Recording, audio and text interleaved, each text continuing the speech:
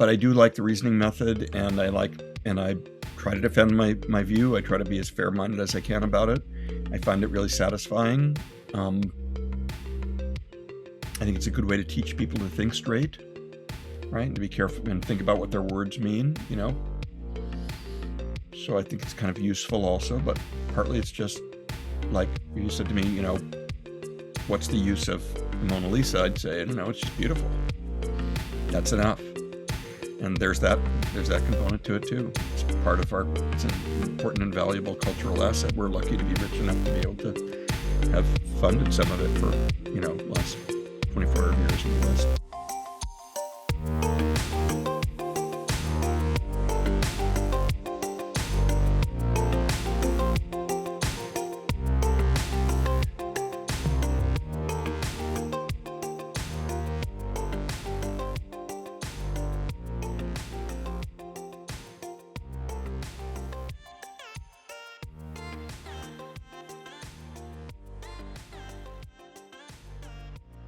Welcome everyone to today's interview, where I'm very pleased to welcome Professor Don Loeb.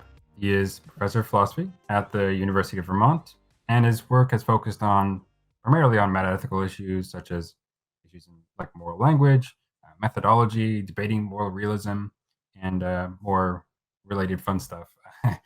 He has a variety of published articles on these topics. Feel free to add anything, but with that, welcome and thanks so much for being here, Professor Loeb. Thanks for having me.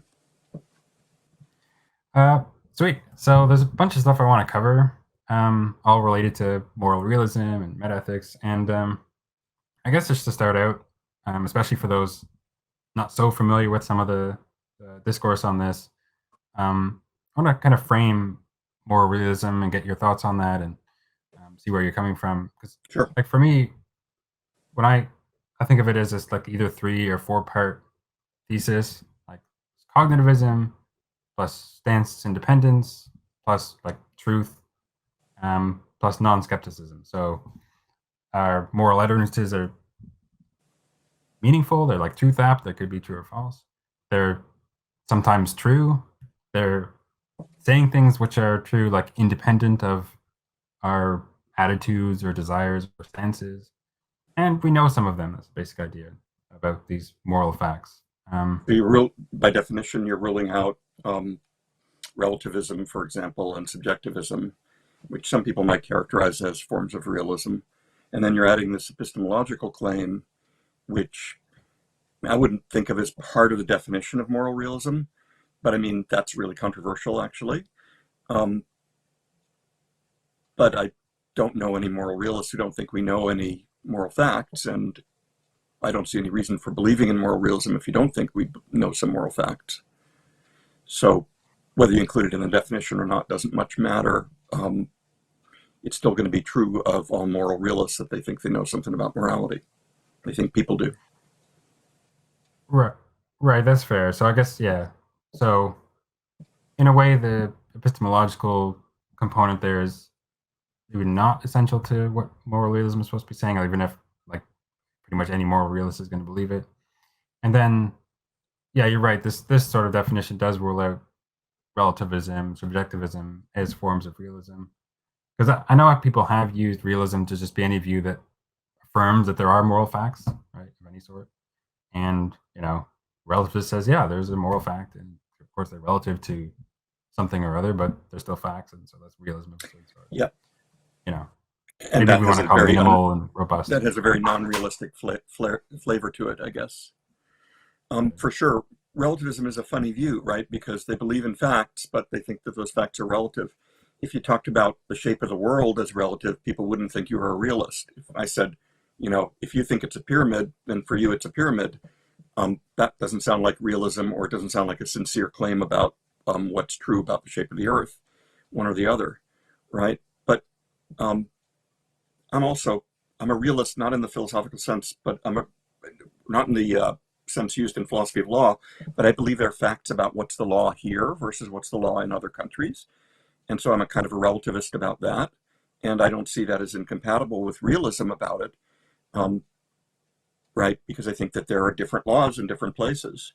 So there's some argument for characterizing moral relativism as a kind of realism. But in the end, I don't think it much matters. Another kind of view that is that you're ruling out is, I think, is expressivism, right? Because those people say that there are moral facts, though not. They'll say that in a way that they want you to interpret non-cognitivistically, so it wouldn't have that component. But I agree that characterizing moral realism as identical to the view that there are moral facts is problematic for both those reasons. Yeah, fair enough. And you're definitely a moral anti-realist, or perhaps a irrealist. I think you prefer that term. I like them both, yeah. And I'm an Yeah. anti-factualist. I don't think there are any moral facts, so I disagree with people like Gibbard, my teacher, and other expressivists about that. So how is non-factualist or anti-factualist saying more? Like, what difference is that? I just there's some, take a view like Gibbard's, okay. Gibbard is going to give an analysis in the original book. Is going to give although we can make similar arguments for the other books.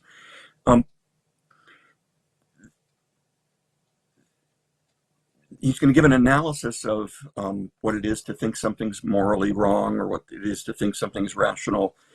That's an expressivist analysis. But in the end, he's going to claim that there are moral facts, that they can be known, that the other person is wrong, and all that stuff. He's going to try to, expressivists try to reconstruct all of that within this sort of framework that they think is more metaphysically or epistemologically modest and appropriate, right? So there's something that Gibbard has in common with the moral realist that I don't have in common with either one of them. Namely, they believe in moral facts.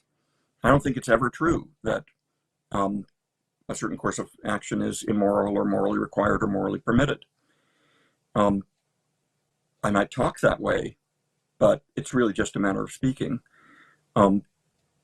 Whereas I think Gibbard wants to say, for example, just to take an example of an expressivist I know pretty well, yeah, there are moral facts. Not a problem for him to say that, because we just interpret that expressivistically as well. So I remember saying to him when I was a student, so is anything really wrong? And he says, well, torturing your grandmother for fun is really wrong. And when I say that, I'm expressing my acceptance of norms, blah, blah, blah. Right? So you get the really wrong part, but we're going to understand that non-cognitivistically. But I don't want that that's not a feature of my view in right at all.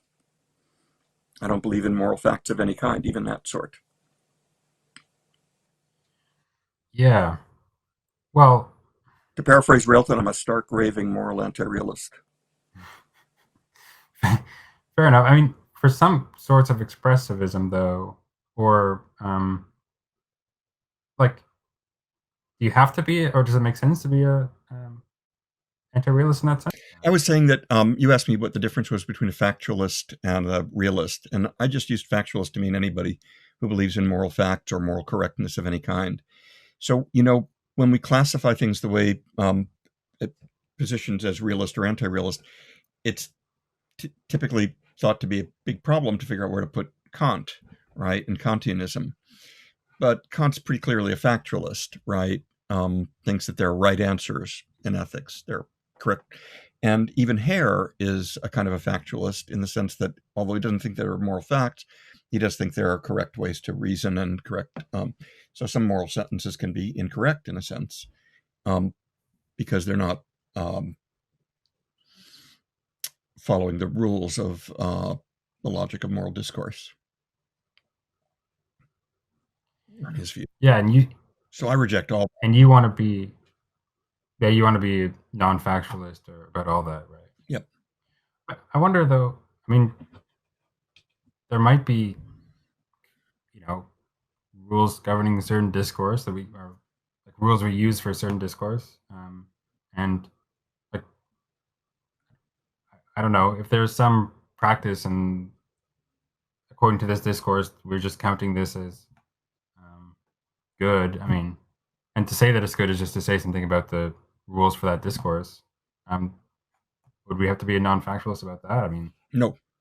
I don't think so. I mean, so if you were to talk to me about normative ethics, about some question in normative ethics, abortion or something like that, for example, right? I would sound just like anybody else. Because what's an issue between us, this is what I'm writing about now, actually, because what's an issue between us is not our metaethical position. You don't really care about that when you're talking to me about abortion. You care about what to think about abortion. Now, you might be a moral realist and I might be an anti-realist, but I'm going to talk to you in the same way and I'll follow the same rules that you follow, but I'll be expressing attitudes or doing something like that where I just think it's not important to us to figure out exactly what I'm doing with my words. There are a lot of different approaches you can to interpreting uh, that have been put out there for, say, the error theory. There's this whole now what problem or what's next problem um, of what to do if you're an error theorist. Can you still talk about morality and what should you be doing? Should you be making fictional statements? Should you be making statements you take to be true, but only in this context, or what? Right? And my current view is that that doesn't matter much, really. That when we're talking normative ethics, we're talking normative ethics, and we're not so interested in the metaethics. So an analogy is, suppose a rabbi and a priest sit down to dinner together and they hold hands and say grace, but the rabbi is thinking very clearly, I'm not talking to any trinity here. I'm only talking to a God that is not a trinity. If it's not a trinity, if it's a trinity, I don't want to talk to it. And the priest is trying to talk to a God that he thinks of as a trinity. Okay, big deal. For the purpose of saying grace, they're just there are all sorts of social functions, right? They're taking a moment out of their day. They're being great. They're remembering how lucky they are, right? They're sharing this meal together with some kind of reverence, right? Doesn't really much matter if when one of them says God, blah blah blah, they're referring to the same putative being, right? So I think normative discussions can be like that, and I will talk just like anybody else, and I certainly won't be making the commitments that a moral realist does, or to any kind of moral facts. Yeah, I mean that seems right to me. Like um, the anti-realist can have all the same, normative attitudes. They can, at least insofar as, well, it depends on what we're counting as a normative attitude, I guess. But they can care about the same things or different things, Yep. or respond in more or less the same ways, even if they, Yeah, think about aren't making the same ethical commitments. It doesn't your gastronomic prohibit them. tastes, right? You don't think that they're really correct or anything like that, but they still guide your life and motivate you, and you're aware of them, and they're really there. They're just not. So there's a fact about what your taste is, right? But you don't have to think there's a fact about it being right or the correct taste to have or something like that in order to have it be relevant to decisions about what to put in your mouth. Yeah, yeah. So I did want to, before getting into, and I do want to talk about gastronomic realism at some point, a bit more. But Sure, before getting into this, I feel I'll like eat that up. a more basic concern, more basic concern for me is I'm not sure I understand what the realists are even saying in the first place. Like there are these, like, look, I accept that there are facts about my various, desires and preferences and commitments and so on. And if we're using normative language to talk about those things, okay, sure, or about something like that, or maybe it's other people or collection of people or whatever, hypothetical people. But if you're a realist in the sense that I was talking about, you think that these are stance independent things. I'm not sure what that's supposed to even be. So it's not that I'm like, oh, I think it's false or there's no fact. What is it? What is it Do about you putative share that facts concern? that makes? I think a lot of non-professionals. This is kind of the first worry that people have about moral realism. Like, what would it mean to claim that there are moral facts anyway? And it's certainly a worry that's expressed in the positivist tradition. Um, intro philosophy class, you might read Ayer's chapter 6, um, where he's worried about something like that question, and he concludes on the basis of his positivism that no proposition is being expressed. But I guess I'm less convinced that that's the problem with moral realism because I believe in all sorts of abstract things. Some of them are rules even. So, for example, rules of inference. I believe in validity, right? And yet, I if somebody said, "Well, how would the world be different if it didn't have validity in it?" I would say this whole in the world thing is starting to sound a little suspicious or question begging to me. Mackey, who's one of my heroes, really talks a lot about the furniture, moral facts not being or moral properties not being part of the furniture of the world. But in a way, that biases things against moral realism in suggesting that they ought to be furniture-like, right? Like medium-sized dry goods. Um, but that's not necessarily the way we ought to understand them, right? And we believe in lots of abstract things. We think they're true. We can make true claims about math and about logic and that sort of thing. So that's not really so much my worry about morality. I have a worry like that's sort of similar to that, which is why would anybody care about those things?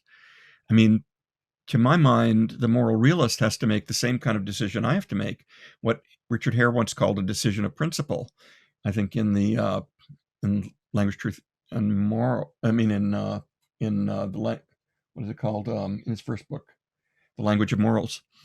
I think that's the first one, right? So you have to decide. Okay, suppose I know there are facts about what I ought to do. I know there are facts about what I ought to do according to QAnon, but that doesn't mean I'm going to do those facts or that that has any relevance to my decision making, right? I'm sure there are facts about what some QAnon supporter would like for me to do, but those aren't relevant to my decision making. Suppose there are facts about morality. I still want to know whether to sign on to it or not. And I'm going to make that decision on the basis of what I value, right? Or what I think I would value in a kind of reflective equilibrium after I've considered things carefully from a lot of perspectives. So that was kind of the point of Gastronomic Realism with that paper. I mean, it's a funny paper in a lot of ways, and it's got a lot of those bad puns in it. You might not have seen them all, but I peppered them throughout the whole thing. And lots of jokes in the footnote. But the main point really is at the end where I say, suppose you found out that there really are good foods. Some foods are better than others. Now you got to sit down and decide what to do at dinner time. And that is just not relevant to me. I mean, it might be relevant in the sense that it might make me think that I would like it, but I'm going to eat what I like. And I'm going to do what reflects my values and what I care about, not what reflects some system, unless I can be shown that there's some reason to commit to that system. So in some ways, from my point of view, it's kind of irrelevant whether there are moral facts. But at least this is true. Moral realists tend to wonder why somebody like me takes my own values seriously. And I think they have to answer the exact same question. They pretend they don't because they say, I'm just following reason here or something like that. But I think there are big questions about, whether there are reasons of that sort, but also of whether you can just set that question aside the way people would like to. I'm just doing what I ought to do. Okay, I'm just doing what I ought, sub Q to do for the QAnon ought, right? But that may be an explanation for why I chose to do it, but why choose that? Right? I still have the question, I guess. And if somebody says you have reasons, then we'd have a discussion of what counts as a reason because, right? There are these error theorists now who think that there is no such thing as a reason of any kind. Epistemic reasons fall for the same reason, on the same grounds that moral reasons fall. And I just think, so what? If there are no reasons, there are schmeasons, there are relations between behaviors and achieving outcomes that I want. Anybody who has desires understands why that relationship is important to me. When I act on those, I'm acting sensibly in a sense. I may not be acting on, maybe there's no such thing as reason, but there's such a thing as schmeason. And since I want stuff, I do what gets me what I want. And I want things like, other people's welfare and suffering to be diminished and stuff like that are more like, that you associate more with morality than with just my personal desires, but I want those things as well. So when you say that I have a reason in that sense, I understand you to be saying something like, there's this relationship, whether you call it a reason or not, there's this relationship between my desires and certain actions, such that some of those actions are more likely to efficiently and effectively accomplish what I care about, right? That, in some sense, supports doing it. Whether it's a reason or not, I don't really much care. And you want to, there's something non-crazy about acting on those, right? And there's something crazy about not acting on them. Suppose I said to you, I really, really want to go to Cleveland. There's nothing I want more than that. I just want to be in Cleveland as soon as possible. And you say, great, the number 23 bus goes right there. Hop on. It's about to leave. And I say, no, I'm going to take the 22, which is going south to Atlanta. You say, why would you do that? That's not on the, Cleveland's nowhere near there. And I say, I know, I want to get to Cleveland. That's why I'm doing it. You'd say, you're crazy. You're acting like you don't want the stuff you want. I don't want to be crazy like that. Am I irrational? I don't know. That's fancy talk, right? But I don't want to, anybody who's got desires can understand why I find that undesirable. Acting like that, acting as though I don't want the stuff that I want, failing to act on my what I would have thought of as my instrumental reasons. Now, somebody comes out and says there's this other kind of reason, moral reasons, and they're even better. You're really irrational if you ignore them. In fact, if your instrumental reasons conflict with them, and I say, am I crazy in the same way that person who's trying to get to Cleveland but takes the 22 bus instead of the 23 bus is crazy? Because that's what I'm trying to avoid. I'm not trying to be, conform myself to some idea of rationality that turns out to be a kind of synonym for morality as Kant imagined it, or something like that, right? In fact, I wonder what it adds to saying that I'm immoral if I fail to follow, the categorical imperative, to say that it's irrational, except for this little emotive oomph that, you haven't earned. I think calling those things reasons has all the benefits of theft over honest work. That makes sense? That's some very good points. Yeah, that definitely makes sense to me. I agree with that. I've never pretty strongly. I think, but that's a paper that there's something to be written one day on that stuff. So all this worry about reasons, do away with the term. I don't believe in categorical reasons. Certainly, I believe in these instrumental relationships. If you want to say they're not reasons, the other kind of reason is primary, fine. But why are those normative for you? And if you just sort of repeat, because I want to be reasonable, I don't want to be irrational, say, why not? Once I understand what irrationality is, it sounds like it's a lot like immorality. But it's not like that crazy thing that the person who, trying to get to Cleveland the wrong way is doing, knowingly doing. Yeah. I did want to come back on the thing about my concern about like what moral realists are saying, because like I don't think my concern there was that it's like maybe weird or abstract or queer, if you want to use Mackey's language. I think because you might have some issue there. My issue is that I'm not even sure what's being said, and I don't think it's coming from a like positivist or verificationist ground or something like that. That I hear what they're saying, right? There's these words being used, and like I like to use the word kind of as you were describing there. These various words, like this normative language, having to do with the various desires and commitments and whatever else, and consistency relations involving those and actions and so on. Yep. I assume that the realist is not using it in the same way, because then they would just be, if they're saying that these are stance-independent things, yep, and there's just facts about it, they're not just contradicting themselves. But then I don't know in what sense they are using it, and I can't. I don't know. It's difficult for me to get in on. Do you have the same problem with validity, for example? Like, what are they saying? No. Say validity. You're irrational if you fail to make valid inferences, or if you eschew valid inferences. Well, I know what they're saying when they're talking about valid or invalid inferences. So there are these when the stuff about irrationality might be a little bit loaded, but I'm just preaching to the choir there. There are these rules of and you accept them. You think they're really correct. Am I right about that? Well, for some Yeah, well, it's for some notion of correctness. I think they're like truth preserving, that sort of thing. I see. So you wouldn't get that kind of you wouldn't get an analog for that in the moral context because, um, or at least you don't think you would because you're supposed to be Yeah. action guiding in some way and not truth. I mean,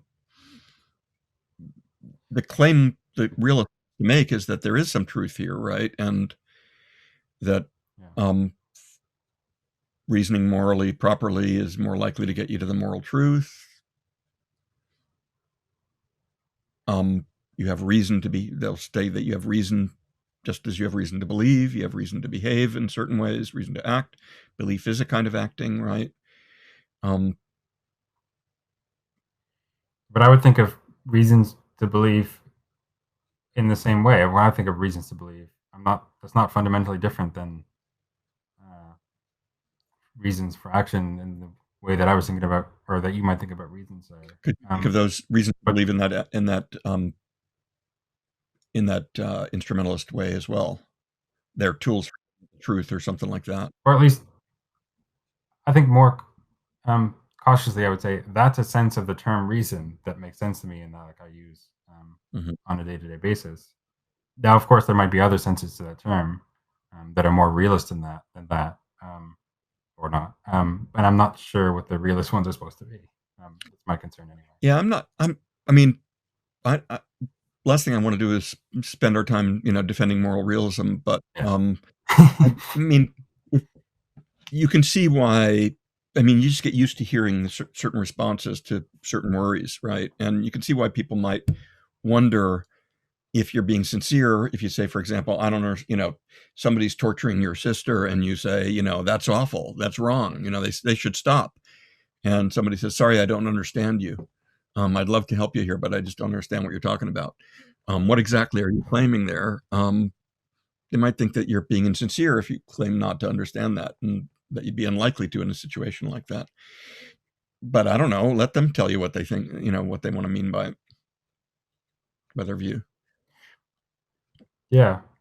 Yeah. I mean, I don't know. Maybe I just haven't had enough conversations with realists on that, but I don't know. I You haven't. can never have too many. Fair enough. I did want to talk about, because you already brought up the gastronomic realism stuff. We could touch on that a bit more. So again, yeah, it's meant to be sort of. It's not even really a parody. It's just like another. It's it's another case where we're considering value or goodness of a different sort, perhaps not of actions or beliefs or anything like that, but of foods, things we might eat or drink. Mm-hmm. And you know, the worry is that some of the motivations for moral realism apply equally to this gastronomic realism. Or about equally, but gastronomic realism looks kind of implausible. Yeah, so this you almost can construct this sort of companions in guilt, right? Like, you know, these kind of stand or fall together.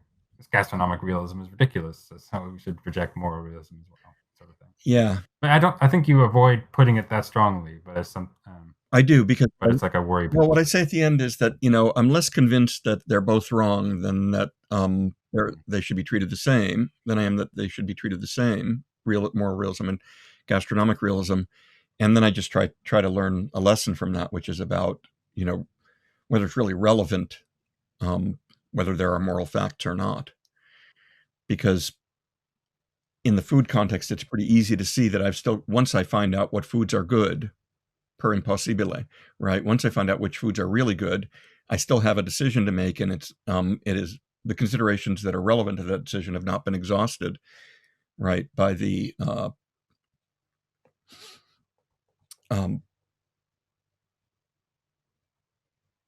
that, right? At that point, right?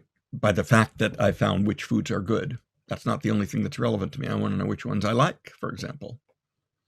And likewise, if I found out that there's good news and bad news, Don, the good news is there's moral truth. The bad news is it's Nazi truth. I'd say, well, so much for morality, right? Good reason not to be moral. And people do this actually, right? With respect to, for example, utilitarianism. You read Hare's book and you say, once I understand the moral concepts, moral thinking. That book, I like Hare a lot. Sorry. Once I read that book and find out what the moral concepts commit me to, I see that I'd have to be a utilitarian if I were going to think morally and think and do it in a rational way. So the last thing I'd ever want to do is be a moral thinker, because then I'd be a damn utilitarian, right? That's not a crazy position. One person, as the logicians used to say, a slightly more up-to-date version, one person's modus ponens is another's modus tollens. Yeah, this is kind of getting to the point that certain versions of moral realism, even if like true, they might be like inert in a way. It's still a question of whether we care about um, abiding by those rules or something like My that. guess is And that's what is that maybe not. that more than anything else is what killed naturalism. The new naturalism that came out of Cornell and other places, often with some connection to Cornell, got called Cornell realism. Is that it looked kind of like, okay, there's this list of facts that just don't have anything to do with me. I once started writing a paper called Joe's List, about this guy Joe puts a list of rules on his door, and there's no question about the reality of them. There they are on the door. They're really his rules, in any sense in which a rule can be real, and yet they're normatively irrelevant to almost anybody but maybe Joe, right? And so I think it might also explain why the sort of return to non-naturalism typically comes with a commitment to full-fledged moral reasons of some sort, right? Once you go that route, you can attach these mysterious moral reasons to these, what I think of as mysterious moral facts, and then you get the automatic. You're supposed to get the automatic normative force. It's meant to be a view according to which moral facts aren't inert, in the sense that you used the word inert, right? They're rationally compelling in some sense, or behaving according to them is. But I just don't see that. I don't see why I should understand the word rational that way. And if it seems to me there's more than one way to be irrational at best, and one way I don't care about, and one way I do care about. Yeah, yeah. Pointing about moral naturalism seems right to me. Like, effectively, you have this term like for a particular category, right? Of sorts of actions, say, and you can think of it as like a list, or Classification. and that's just a classification Yep. category. It doesn't say anything about you're not going to get some consequence like that's what I really should be doing in some other like. That's what I should. Well, you might find some homeostatic property cluster that people identify with morality to be compelling because of what you care about, but then that's compatible with my view, right? I'm just skipping the whole middleman there. Right. It's just that that category just happens to include things that you care about or something like that. And if I didn't, then I would guide my conduct in a different way, right? Any more than I'm going to follow Joe's list, or right, or for that matter, God's list. I mean, right? Theological voluntarism is, in my view, an extremely problematic view, because the idea is okay, somebody makes a list. Now we know what's on that list, and this is what God wants us to do. So what, right? I mean, unless you're just going to threaten me and tell me, if that's what morality comes down to, is just you're going to get hurt if you don't do this, right? That seems like we give up a lot if we accept a view like that. So the mere fact we might care about what God wants us to do, but I might, but why would I care? I mean, I worry about buying the old expression of buying a pig in a poke. If you ever see these old pictures of what they used to call hobos, it's this sort of American classical stereotype of a certain kind of homeless person. They would always carry a bag on a stick. That's called a poke bag. A poke is a bag, and a pig in a poke is. I say, hey, want to buy this pig? You say, open the bag, and I say, no, you got to buy the pig. First you want to see the pig. You wouldn't buy it, right? So now you say you want to buy this code to live by. It's endorsed by a divine being. I'm like, what do I care, right? I want to know stuff like, what does the divine being know? Does the divine being care about us? What else does the divine being care about, and stuff like that? I don't doubt that there could be beings that know a lot more about cause and effect than I do, and stuff like that, and that, given the right background assumptions, might be safer to trust their word on something. But that's not the same thing as whatever that being wants. I'm going to be motivated by, right? When I teach intro class and I talk about voluntarism, I say, if voluntarism were true, then it could be our moral duty to torture our children to death, because God could want us to do that. And if God wanted us to do that, it would be our duty, according to voluntarism, to do it. And the fact that God doesn't want it or wouldn't want it is not relevant to that argument. It's implausible that it could be our moral duty. It couldn't, in my view. So these views need some kind of connection to, reasons, actions, motivation, and I think that gets pretty difficult and complicated for the reason I sort of sketched, I guess, a little bit. Yeah, that's what the non-naturalist realist wants to provide, but then But then you run do into it by, all the but I mean, I'm no expert on what they're doing right now, but my impression is that there's a lot of hand waving and mystery there, because there are these reasons and they're normative, and we know about normativity and all these other contexts, but the idea that somehow carries over, I can never get past the Cleveland problem, right? The number 23 bus problem. I don't understand why. There's something that's been called reasons. Maybe they're not really what we should call reasons, but I understand those really, really well. They have to do with this relationship between means and ends. This Kantian reasons, how are they different from just morality requiring a certain course of conduct? And wouldn't it be clearer if you said to me, that would be wrong rather than that would be irrational? My worry is that it's like you're trying to steal there's a certain kind of cachet associated with irrationality. Well, gosh, I don't mind being an asshole, but I don't want to be irrational, right? I don't want to be crazy. But this kind of craziness is cost free, as far as the cost of it is that you're being bad. And whether I'm committed to that moral system, that theory, that code of conduct, I guess, that way of living, depends on what I value. Not just what I value, right? I criticize my values in lots of ways. I think moral anti-realists can reason about questions of value just like realists can. That's why we can talk to one another about questions like abortion. But in the end, I've got to decide what to do based on what matters to me. bad there is like, I mean, to me, it's just another label again. Whether that's something that, like, my worry, that it's classificatory. I mean, or suppose it's not just a label. Suppose bad just means is badness. The property is identical to being disapproved of by God. Okay, and suppose I learned that. So what? Then we've got the category of the disapproved of by God. I still need to know what to do. Right? I mean, if you said disapproved by my next door neighbor, I'd say, who cares? He's an asshole. Disapproved by me, I might care a bit more about that. But no, but I'm an asshole. But yeah, just more like reasons. That's another area where, and I mean, maybe you have this concern because like you have this sense of reasons, this kind of instrumental sense that like that seems to carry a lot of weight for you, and it does for me. I think probably for anyone it carries a lot of weight. Anybody with desire and who's not nuts. Yeah, and like you have this concern that the realist is trying to kind of steal that significance of that term for their own purposes. Yeah, but talk about something else.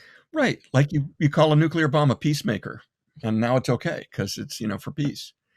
Right? You give it this nice name. You call them reasons, and they're a lot like they're supposed to be the same thing, only better than those instrumental reasons you're interested in. I feel a little bit like I want to say to Kant, well, we agree about one thing: hypothetical rationality. We're going to have to disagree about the other thing. Reminds me of Plato makes this sort of joke in Theaetetus where Protagoras, I guess, says man is the measure of all things, by which he means everything anybody believes to be true is true.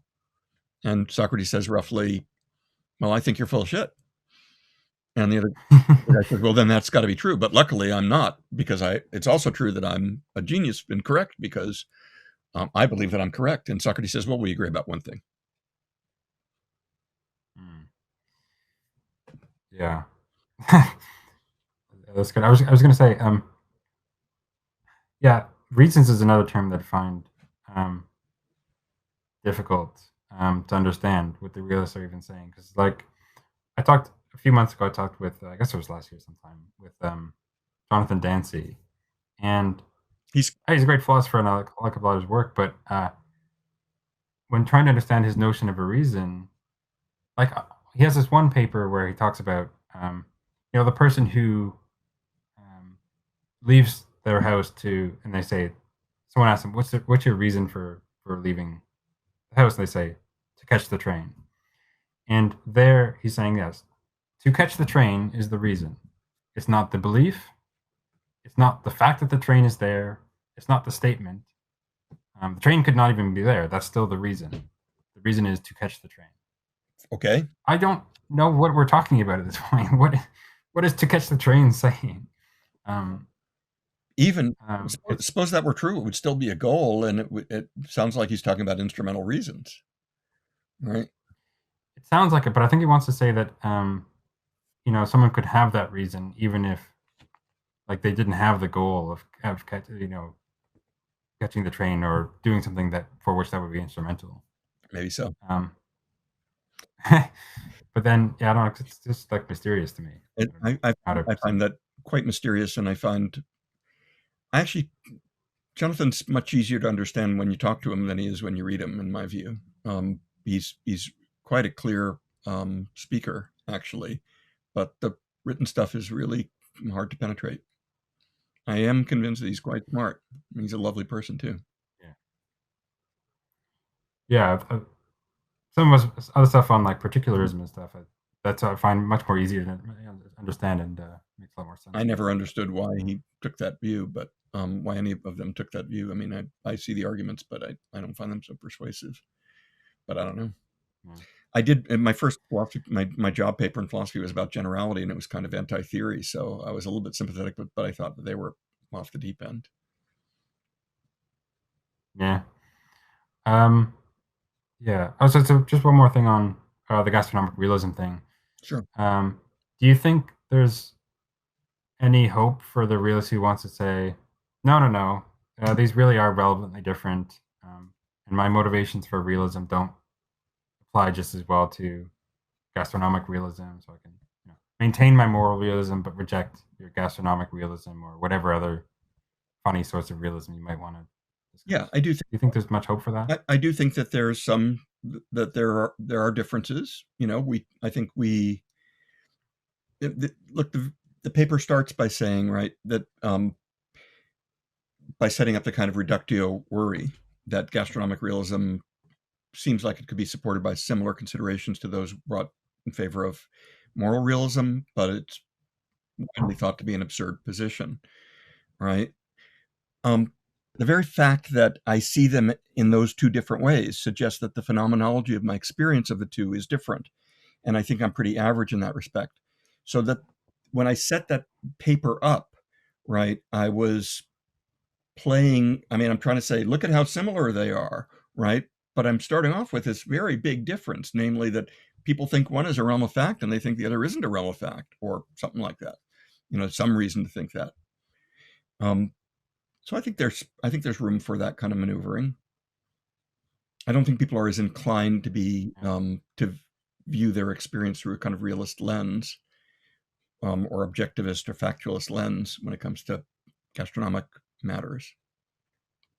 So that's a difference that could be explored. Yeah. Yeah, fair enough. And I did actually want to turn to stuff on moral experience and Sure. arguments to realism from moral experience, which you've written on before. Yeah. And it's so that, roughly the argument is something like, we have moral experiences and they seem to, um,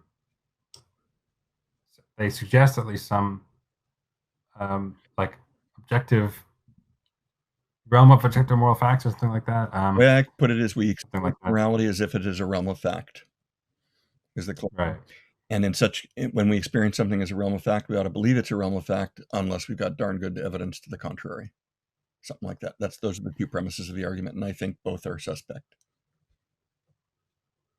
Yeah, so just on the first one then, how would you like? I've for example, I had a couple months ago. I talked with Terrence Horgan, and he's pushed this a couple of examples like, um, you see someone getting attacked on the side of the road or something, and when you see that, you just feel the authoritative pull to like do something about it. It's like you just and it's like you feel that it's sort of and you feel it as sort of independent of your attitudes. It's just like Yeah, you, you really should be doing that. Like yep, that's an experience.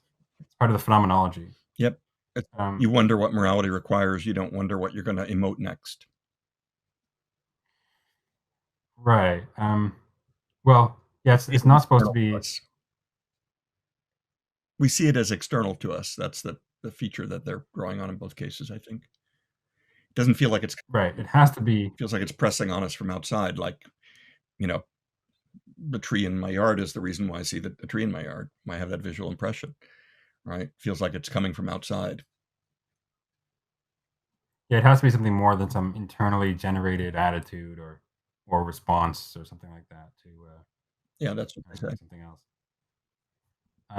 But I mean, what do you think about that example? I mean, do you think that's I think I'm, where he claims that there are experiences like that?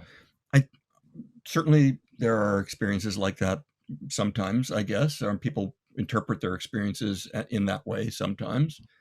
Um, I'm not really sure. I mean, you know, take by analogy the free will debate. You know, people talk about how the best argument for free will is that we experience ourselves as free, and my response is I don't.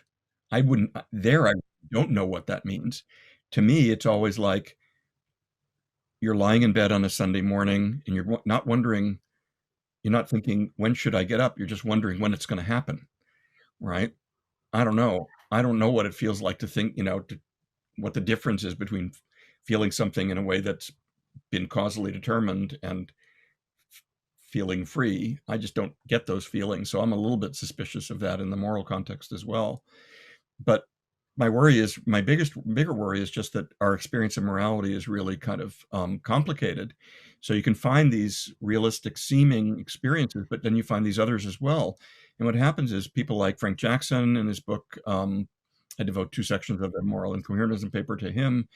Um, they they treat it as if you can just ignore all those non-realistic features of our moral experience in favor of the more realistic, friendly ones, right? So he says in his book that he's all for doing empirical research to find out whether people think morality is a realm of fact or not, if it were necessary. But he knows that people think that already because all his students have thought that, for the whole time he's been teaching. And then Stitch and Weinberg respond in a review that essay of some kind that um, it's like he's never been in the classroom, lately or something like that, because our students are all relativists and anti-realists of some kind, or for the most part are. Um, and his response is, well, that's what they say, but they don't really think that, as evidenced by the fact that they reason on moral questions. And I say, but I'm an anti-realist and I'm a philosopher. I've been doing it for 30 years or plus, and I reason about moral questions too. I think that's okay. Maybe they're doing what I think I'm doing, what I think is okay. That's it. It's like you're looking for an excuse to cut off that part of our experience. There has been some empirical. When I wrote the incoherentism paper, I don't know, 15 years ago, however long ago, maybe longer even, um, I challenged people to come up with empirical evidence on this. And a lot of philosophers, most philosophers, I would say, pretty much ignored that paper.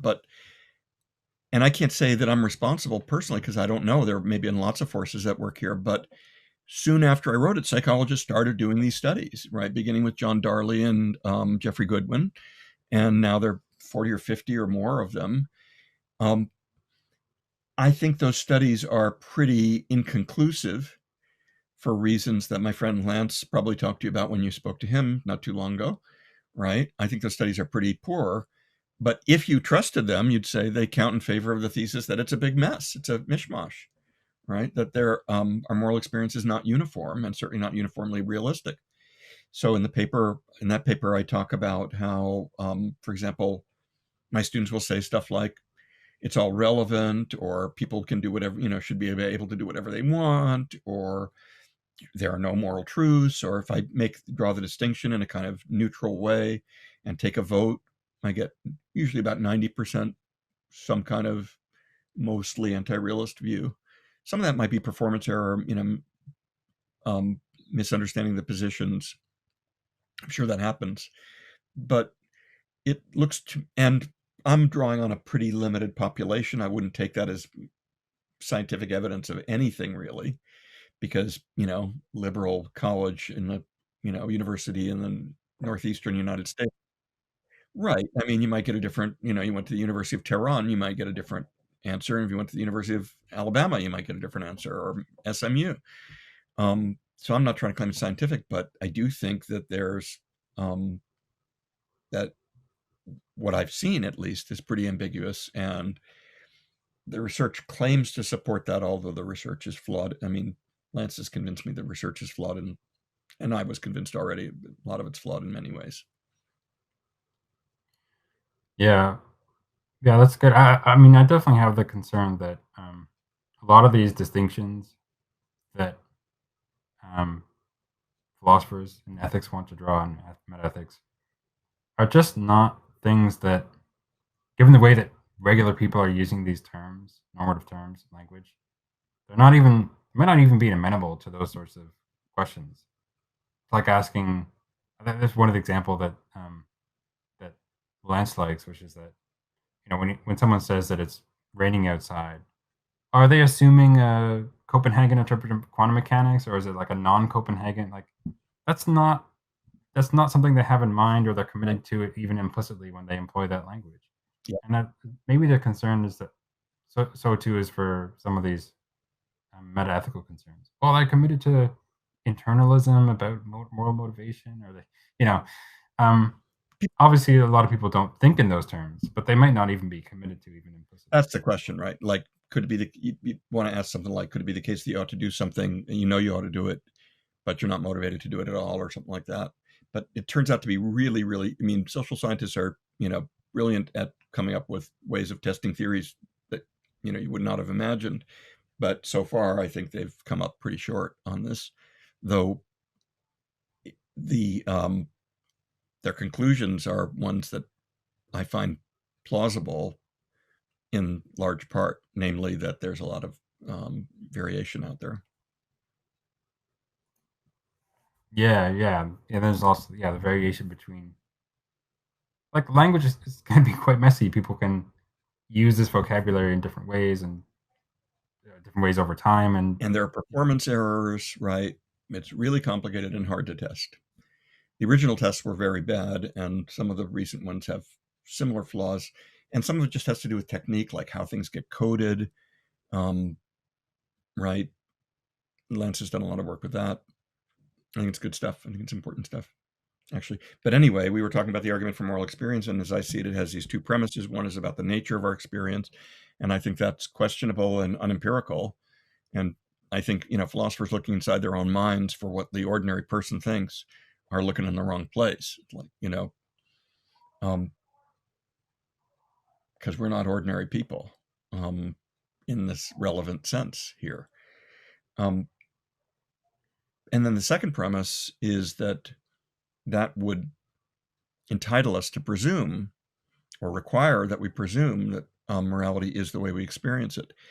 And in that paper, I just canvassed some ways in which people might try to justify that second claim. I do think you need to justify it. You can't say this is a presumption, we don't need to justify it, because not all presumptions are justified. They're not, I mean, it would have to be another justified on the basis of another presumption, which would itself call in, right, we'd get into a regress. So I don't find any of those. In the paper, I try to argue that they all kind of reduce to, or in some sense implicate, the question of whether moral facts figure in the best explanation of anything, and that's controversial among philosophers. It's not settled, so you can't assume it in setting a presumption that's supposed to break ties when all other considerations are even, because that might be one of the considerations that's tied right now, right? Whether moral facts explain. I don't think we can be sure of that one way or the other right now. So anyway, I didn't find any good justification for that. My colleague Terence Cunha wrote a response to that paper, what's largely a response to it, reading ethics, metaethics. And what he did there was he said, that's not what we're saying. We're saying we don't think that you're entitled to presume that things are the way they seem, except in certain narrow circumstances. For example, where they seem that way to almost everybody, and where you're in a clear state of mind, and a few other conditions. And to my mind, that just repeats the problem, actually, right? The worry is why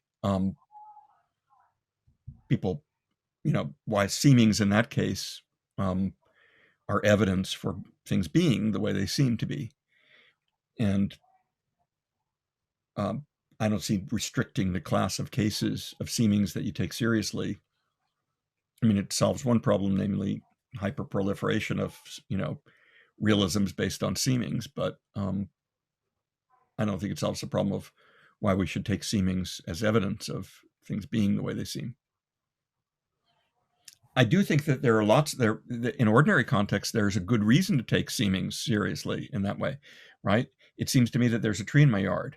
The reason for that is that the best explanation for it seeming that way is that there's a tree in the yard and I can see it. And there's stuff about light and how it behaves in my eyes and optic nerve and stuff like that, but will be part of the fuller explanation. But that's why I think it's reasonable to believe that on the basis of it seeming that there's a tree there, that there is a tree there. But it would be question begging to make that assumption in the moral context unless you have evidence that moral facts figure in the best explanation of something. And if you did, you wouldn't need the presumption anymore, right? That's the whole dialectic. The presumption is there as a tiebreaker, right? Otherwise, if the evidence is not in equipoise, we don't need the presumption anymore.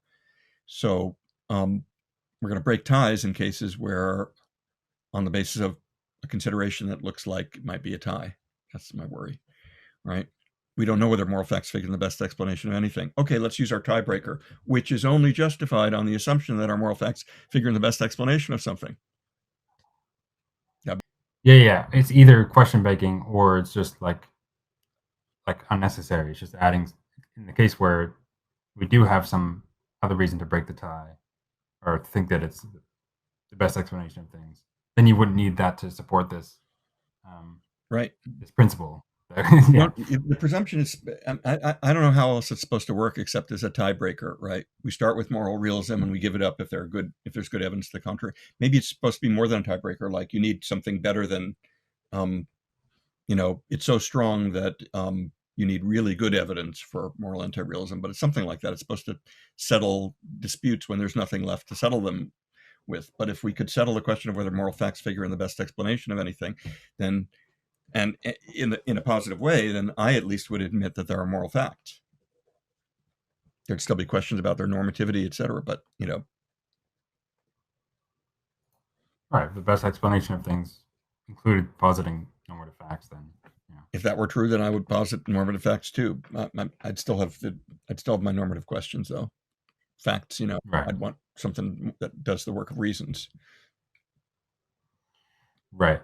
So this wouldn't resolve any of those concerns. They might think, yeah. Who knows what people are going to say? Yeah. Let's see. Yeah, I remember in that paper you go through but it wasn't just inference of explanation. There was I think there were 4 different approaches that someone might have for but bridging this gap. In the end, I tried to tie each of them to the explanatory strategy. They all sort of boiled down to that. So, for example, conservatism. It doesn't make sense to me that if I find myself with a belief that 056 is going to win the 3-digit lottery tomorrow, I have any evidence for it whatsoever, any warrant for believing it whatsoever. But if the best explanation for my having that beliefs like that is that they're often right, and I've trained myself to, detect that or something like that, then I'd have reason to believe it. So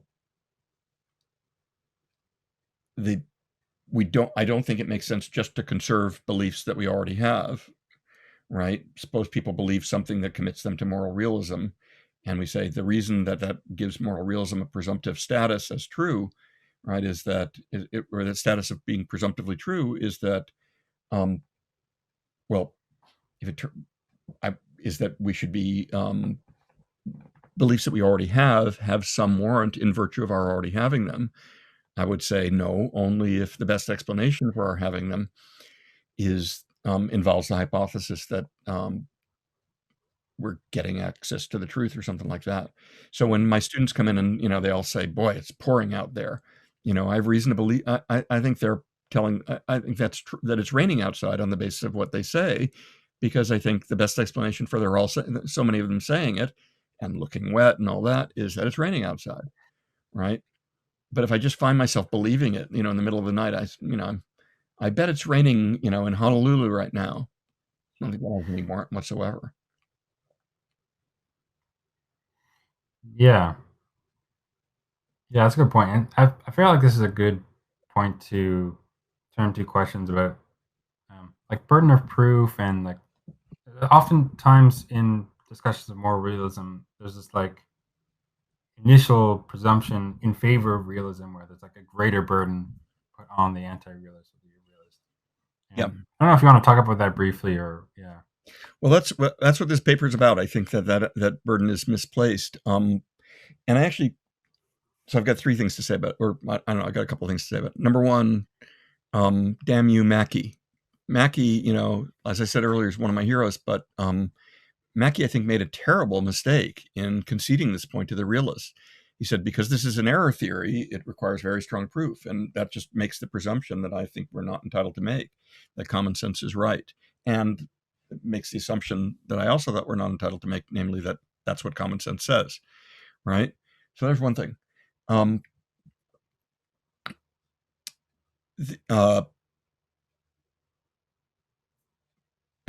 not crazy about burden of proof arguments. When I wrote the paper, I said both sides have an explanatory burden.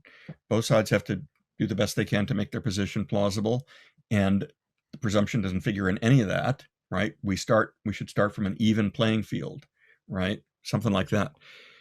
But there's always been a part of me that thinks that I was a little bit too generous in saying that, because part of me wants to say to the moral realist, normally I don't believe in stuff unless I've got damn good evidence for it.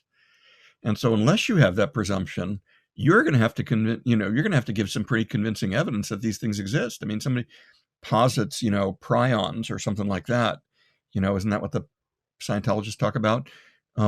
Posits that they exist. I want to say, well, where's your evidence for that?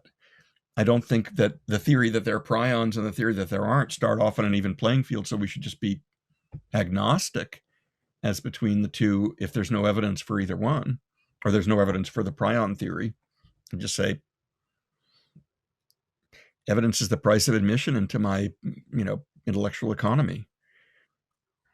I'm not just going to take beliefs on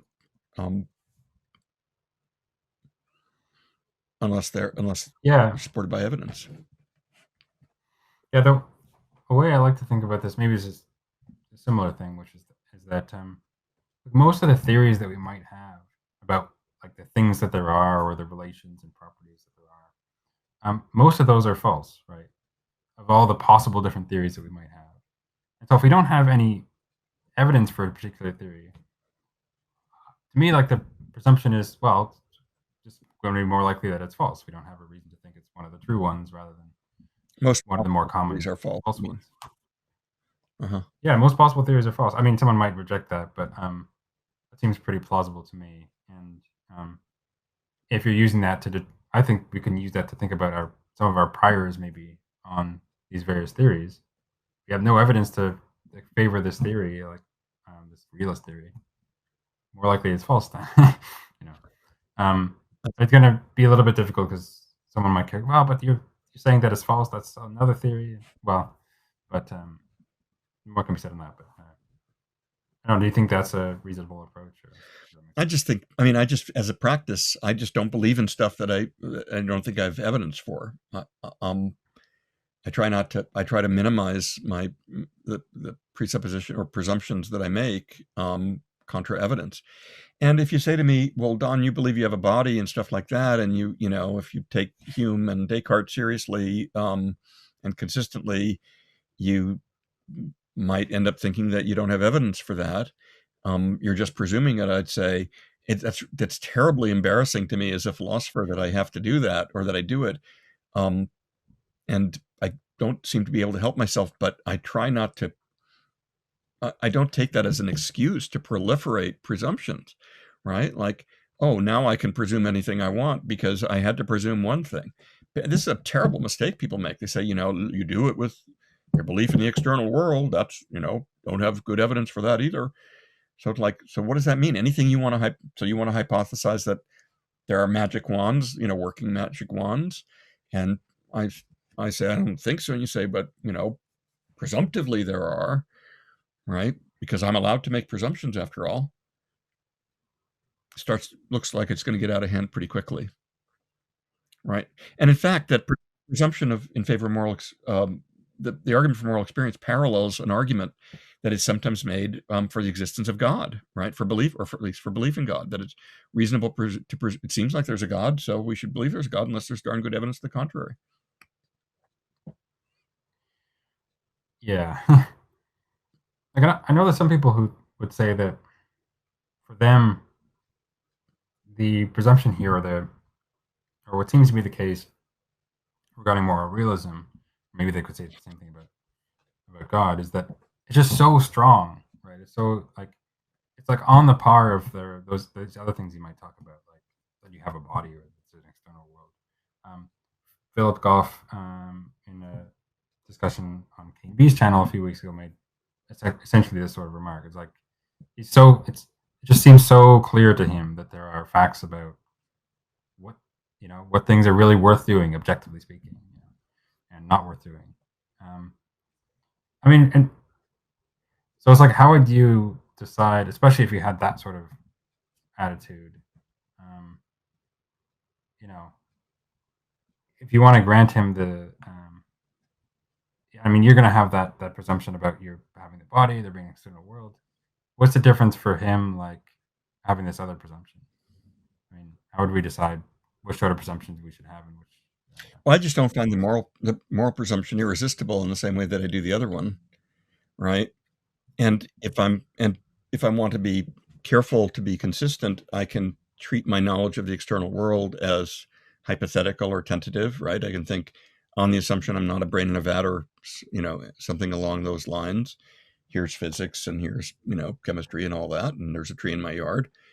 But that might be the best that I can do there. In day-to-day life, I don't worry about it. Nobody does, as far as I know. Not even the great skeptics did. Right? Socrates didn't worry about whether food was going to nourish him. Hume didn't. He went and played billiards.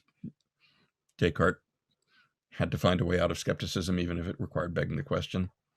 I think remember you talking about. I think you talked about that on your discussion with Digital Gnosis about. Didn't you write a paper in college about how Descartes begged the question or something?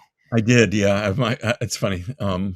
My When I applied to grad school, I had two writing samples, and they were both like 5 or 6 page papers. One was one in which I argued that Descartes argued in a circle, which everybody knew, except for me as an undergraduate, maybe. And another one, I argued that Hume was inconsistent in part 2 of his discussion of induction to say the custom was, our great savior, great guide of human endeavor, or whatever, because by his own lights, he didn't know that.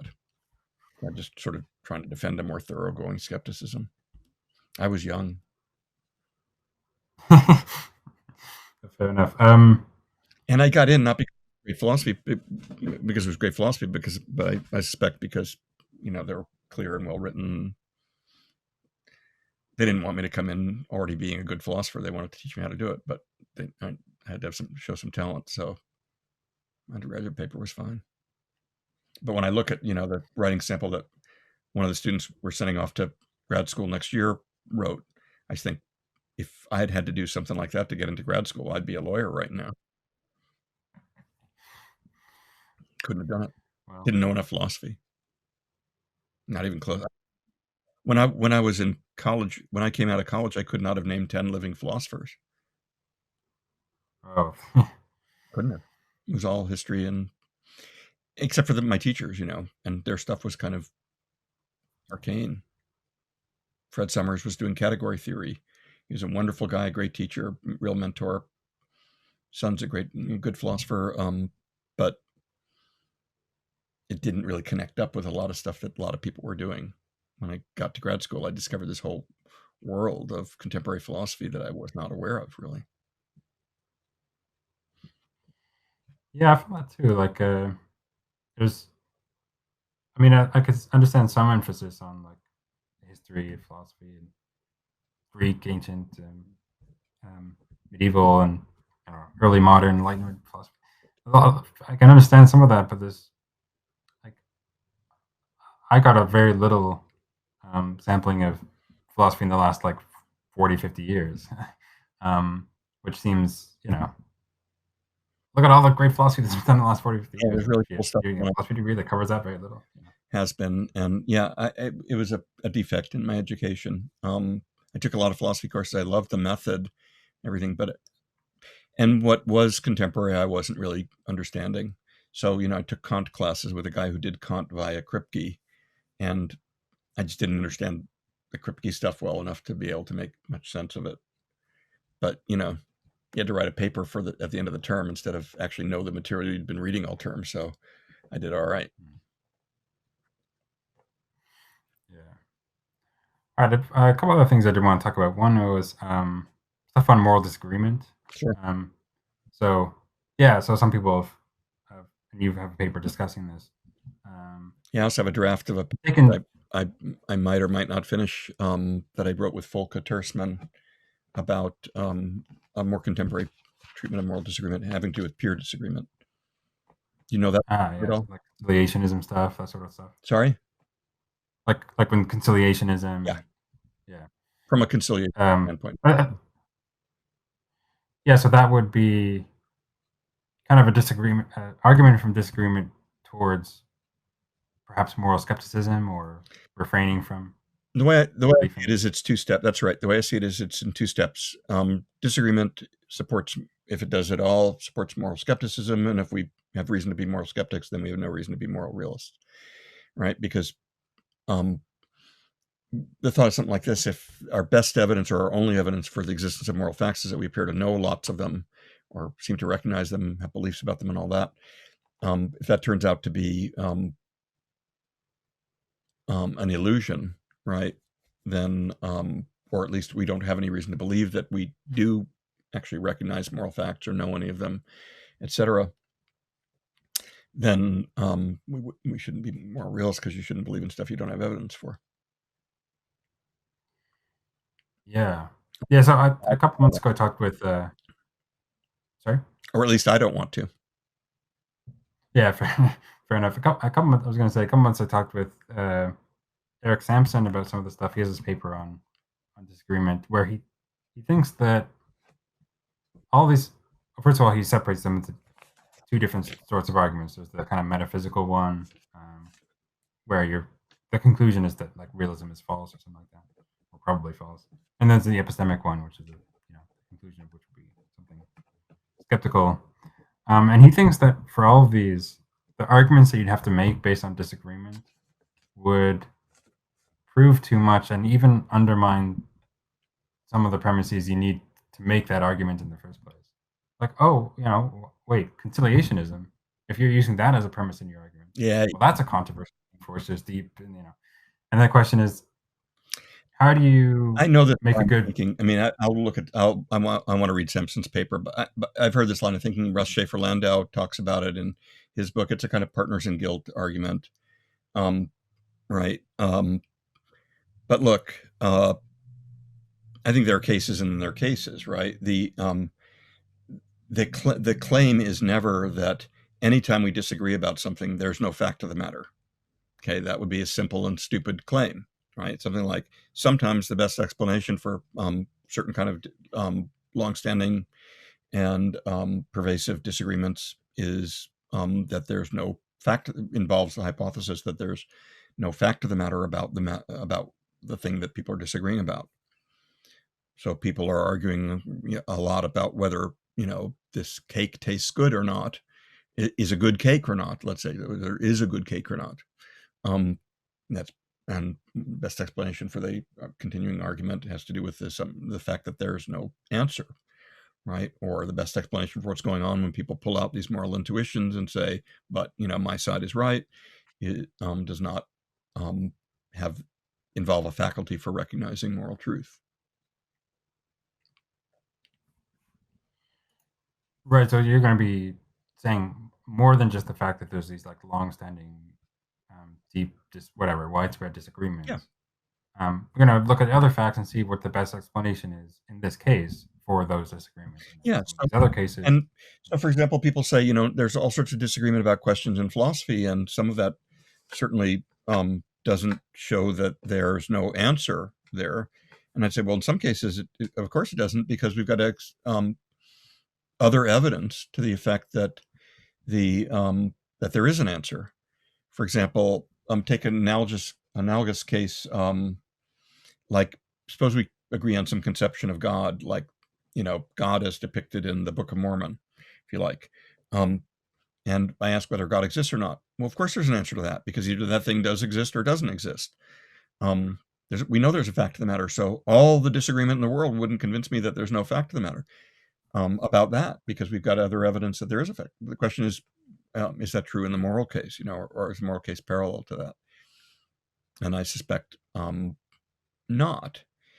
So I think it's going to be case by and when they say, in philosophy there are questions people disagree about, and but we assume that there are answers, otherwise we wouldn't address the questions. And I think sometimes some philosophical questions probably don't have answers.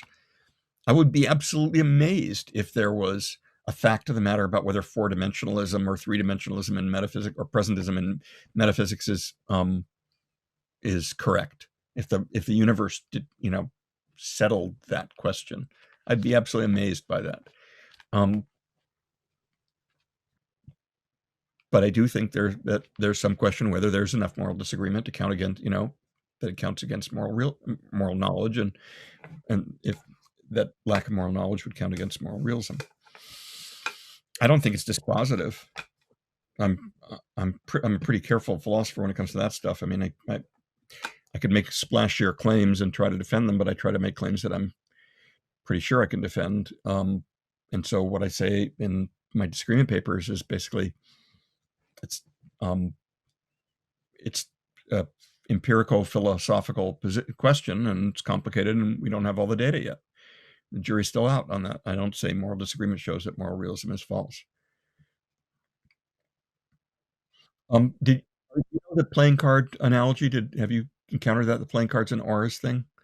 You might not have seen that. It's in an obscure place, but so here's an analogy to make clear what I have in mind. Okay, take playing cards. Okay, you and I. Suppose you come to me and you say, "I've learned that there are people, a pretty substantial part of the population, like about 30%, has the ability to detect the rank and suit of an overturned playing card." And I say, well, let's test your hypothesis. Let's get 100 people together and present them with an overturned playing card and see how many of them get it right. And turns out 2 of them do, which is just what you'd expect based on, roughly the averages, right? Well, that's evidence that we don't have that faculty, but it's not evidence that playing cards don't have ranks and suits, because we know, we turned the card over, we saw the rank and suit, we know, we've got good evidence that there is. But now imagine somebody comes to me and says, I've discovered that about 30% of the population has the ability to detect auras distinguishable by color. And so we get 100 people together, and we ask them to say what my aura is today, or 100 people's auras or whatever, and their answers are all over the place, just like you'd predict if they were guessing. But we take that not as just as evidence that there's no ability to recognize auras, but since that's the only evidence we have for auras is that people seem to think they can see them. If they don't have that faculty, we don't have any reason to believe in them. And it could exist, but it'd be crazy to believe in them. It'd be profligate to believe in them. Yeah, I like that analogy. Like what if they were to say, the realist who wants to object to this were to say, yeah, but maybe on my theory, or maybe there's some other reason to think that we're more in that sort of second, we're more in the the playing card situation. Well, I don't want to. Yeah, we're more in the playing card situation, except that you know we don't have the tools or capacities to turn over the cards and check that they're. But do we have any other evidence besides people seeming to think they know a lot about morality? Right? People seem to think they know a lot about auras. We only take test subjects who claim to be able to, recognize auras. Yeah, I mean, I guess not. I mean, they could just say that this is the sort of thing that because we're limited reasoners, maybe we're missing a lot of the non-moral facts um, that we would expect to, um, come to different conclusions and not know a lot about it, and there would be disagreement. But I don't know. Maybe that seems a little weak. I don't know. Just trying to think of what a person might say. I mean, people say that sort of stuff. I read a paper on disagreement once where Martha Nussbaum responded that, of course, there's disagreement now, but we're working towards solutions, and sooner or later we'll come up with a moral theory that we can all accept as the truth, and we'll converge on that. And like, well, that's not an argument for moral disagreement not being a problem for realism. That's an argument. That's a claim that there might be a solution to it down the road, but not now. The promissory note or something. Sorry? Yeah, it's a promissory note. Exactly. It's an IOU. Yeah. I kind of touched on this already, but I did want to ask. I don't know how much more time you have. Or yep, fine. A little bit more. Yeah. What about the realist you said? When Derek Parfit came to visit University of Vermont, he agreed to come only on the condition that we would spend 6 hours of uninterrupted time talking philosophy with him. He said, "You can get up and go during the session, but I will not." And he said he didn't go to the bathroom, he didn't get anything to eat or drink. He just sat there and talked philosophy for 6 hours. We all went off and had lunch, some of us, and left somebody talking with him. And like this stuff, you can go a long time. You said that's a good point. I mean, yeah. So I'm fine. Sounds good. Thanks. Yeah. So I a couple months ago I talked with Michael Huemer, and he's a realist, and he's also a phenomenal conservative. And yes, he is. Part of his ideas. Look, I have the strong seeming that moral realism is true, that there are objective goods and bads and rights and wrongs and so on. And that gives me some prima facie justification for that. I don't have any strong defeaters for that, so I'm in my epistemic rights to believe moral realism. And in fact, most people seem to have these appearances, even some. That's the argument. Anti-realist. It's a version. His book starts with a version of the argument for moral experience, I think. Yeah. He also claims that there are only 3 possible positions, right? Realism, error theory, and non-cognitivism, and that no other position is logically possible. And since I've defended another position in print, I found that the first few pages of that book somewhat rough going. Yeah. It's better than talking. But I mean, what do you? What do you think about that? Phenomenal conservatism approach to moral realism. I just don't think we should trust our seemings unless the best explanation for the seemings is. We have reason to think the best explanation for the seemings is that they correspond to reality. Yeah.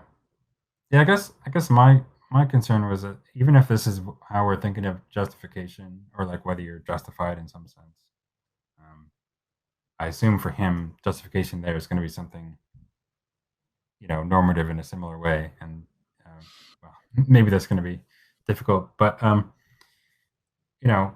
if those are the things that kind of justified, okay, so your belief in moral realism perhaps counts as justified in some sense of justification. But then we're still going to have a discussion. We're going to make our case against each other on for our view or against their view. Even if they could establish a presumption in favor of moral realism, there still would be the possibility of defeaters of the presumption. But I wouldn't grant them the presumption. And certainly Mike's arguments on that don't convince me at all of that. I mean, any more than the arguments that it seems like there's a God really, really seems like it to some people are good evidence for anything except their upbringing, if you ask me. Yeah. Yeah, and this is another worry that Lance has when it comes to this stuff is that like it seems like um, a way to just automatically modus tollens any argument presented against you. Like, oh, here's a problem for realism, blah blah blah. But Well, it's okay, maybe that's somewhat of a problem, but my commitment, my seeming of realism is so strong that it's gonna outweigh that. in David Enoch has a paper on moral disagreement, and he talks about many different versions of the argument from disagreement, and most of them aren't really very serious versions, and he doesn't spend a lot of time on the more serious versions. But he's towards the end of the list, he gets to inference the best explanation. And he says this will never work because reflective equilibrium is global, and I get to put all sorts of my non-moral beliefs, my metaethical beliefs, all those go into the soup. And no matter what argument you give me against moral realism, it's not going to be as plausible as, from my point of view, as the presumption I make in favor of moral real, or my sense that morality is real. And I talked to him about that, and I said, "That don't you think that tells us more about you than it does about, well, philosophy, right? It just says you're being stubborn, right? I mean, how do you know no argument will convince? I mean, anyway, that's not a datum at all for me. It's not just a. It's not that it's not. It's not that it's just not a conclusive datum. It's not a datum at all. It doesn't seem real at all to me. So, to his credit, I mean, he admitted that did seem a little presumptuous on his part, contentious. Yeah, yeah. I mean, I guess like it's a comment on his own psychology, I guess. Uh, I for me, if we were trying to weigh our different views against each other, that's not really going to count for much. He's not like it's not like he's going to say, "Oh, here's why you should believe it," well, because it's like seems really true to me, or something, you know. Yeah, I mean, he's Um, expecting that it'll seem really true to you too, and that you'll be able to share that reasoning. So just like when when Judith Thompson writes, clearly we should, it's morally permissible to unplug the violinist. She's not saying you should believe this because it seems plausible to me. She's saying, doesn't this seem plausible to you too? Right, something like that. So I suspect that's what he's up to, but it's just that it's too common nowadays, I think, for realists to say, well, this supports my belief in moral realism. Of course, it's not going to be convincing to a skeptic, but then nothing will convince a skeptic, so I'm not trying to argue with them, right? They both want to make the skeptic sound pigheaded and, like they're just immovable because they're not, because they're stubborn or something like that. And at the same time, gets the realist off the hook of actually having to give reasons for the view that would convince somebody who's not already on their side, right? And I thought the whole point was to show that there's reason not that your view is defensible.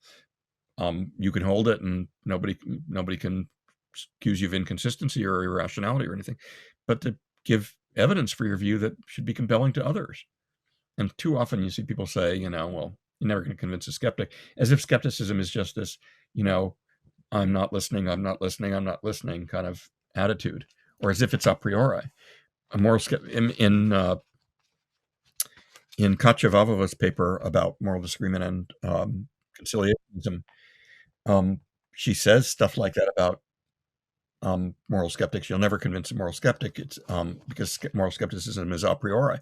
Like, this is a paper about moral disagreement. It's an a posteriori argument for moral anti-realism. It's an a posteriori argument against moral realism. It's not an a priori skepticism at all, right? I'm not saying moral disagreement doesn't count because moral realism is true by definition, anti-realism is true by definition, or something like that. Nothing like that. I'm saying, disagreement seems to be evidence for it. So saying you'll never convince the skeptic is, you'd convince me if you had evidence for your view, but you're not going to convince me by showing that it's internally coherent and you're allowed to believe it, if you could even do that. Yeah, yeah, that seems right. So just kind of got to wrap up on that. Again, you want to. It's just coming back to the moral experience argument, but you're skeptical of the presumption or the experience, if you want to call it this way, and then you're also skeptical of the inference from that, even if they have it, to its like reasonableness or however you want to think about justification here. Anyway, or to its truth, perhaps. Yeah. It's my point is just that people say, when somebody says something like, I find this compelling, or it would never be plausible enough for me to change my mind, or anybody like me. Of course, I can't convince the skeptic. My response is, I just want evidence. I don't want you to be able to convince somebody who's pigheaded, but I'd like you to give some evidence and not just say, me and my buddies see it this way, so I don't know. It's like, that's not something that should convince me, right? I don't have the experience. I don't see why the experience supports realism. You can believe whatever you want, but I thought you were trying to make a convincing argument for your view, and when I asked for that, you said, I'm not trying to convince the skeptic. Then what are you trying to do? It's kind of like, I don't know, sometimes I get the impression people want to say something, or it's as though people think these are good arguments, but skeptics won't listen to them. But you have to show that, right? You can't just say it, right?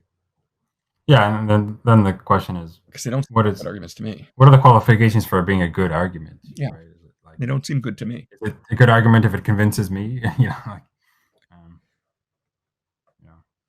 Right. I mean, it's true that we can't help evaluating, coming to our own reflective equilibria, right? Because we've got equilibriums, because we've got to, you think inside your own head, not somebody else's. I get that, but that's not the same thing as saying, I'm not going to offer to offer reasons that should convince a reasonable person would be fine with me, even if they wouldn't convince an unreasonable person. But to call me unreasonable because I'm not convinced by stuff that I don't think is good, constitutes a bunch of good arguments, that seems unfair. So the sort of, I'm not trying to argue with the skeptic move, I think sometimes betrays just kind of giving up on the project of defending your view, or at least what I would have thought defending your view is all about, which is more than just showing that it's possible to think that way, or that a reasonable person could think that way, or something like that. Yeah. I don't know. Yeah, no, yeah, fair enough. I was gonna say, on a somewhat related note, I think we somewhat touched on this earlier. What do you think of arguments, companions in guilt arguments, say from epistemic reasons and so on to moral reasons? Well, I mean, I guess I think it depends a real lot. How good they are depends a real lot on what are claimed to be the companions in guilt or innocence, right? So, like, in my colleague Terence Cuneo's got a book, his first book, The Normative Web. He talks about the argument from disagreement, and he does a kind of companions in guilt on that, saying there's disagreement about other matters as well, where we think there's a right answer. And so I think that's a kind of version of the overgeneralization argument, but also the examples he gives don't strike me as very plausible. So, if the problem with epistemic reasons and moral reasons is supposed to be that there's disagreement about them, I just think there's a lot less disagreement about epistemic reasons than there is intractable disagreement than there is about morality, or at least I suspect that that's the case, right? If it's that reasons would have to be categorical, and categoricity is really weird or something like that. But But if you don't believe in moral reasons that are categorical, then you can't believe in any kind of reasons. I'd say, okay, I believe in schmeasons. They're like reasons, except they're not categorical. Um, so I think it's going to really depend a lot on the argument, right? I think there's a I actually think there's a big connection between the overgeneralizing charge and the companions in guilt defense. And companions in guilt is that sometimes there's stuff that that is embarrassing epistemically, like my belief in the external world, given the skeptical arguments, is worrisome to me. But I don't think that companions in guilt entitles you to just um, take off any restraints and do what you want and believe whatever you want, right? I mean, suppose I said I believe in ghosts, and you said, you don't have any evidence for them, and I say, well, it seems like they're ghosts. To a lot of people, actually, it seems like they're ghosts. In other cultures, even more. So I've got good reason to believe in ghosts, unless there's darn good evidence against them. I guess I don't know. I don't take that seeming very seriously.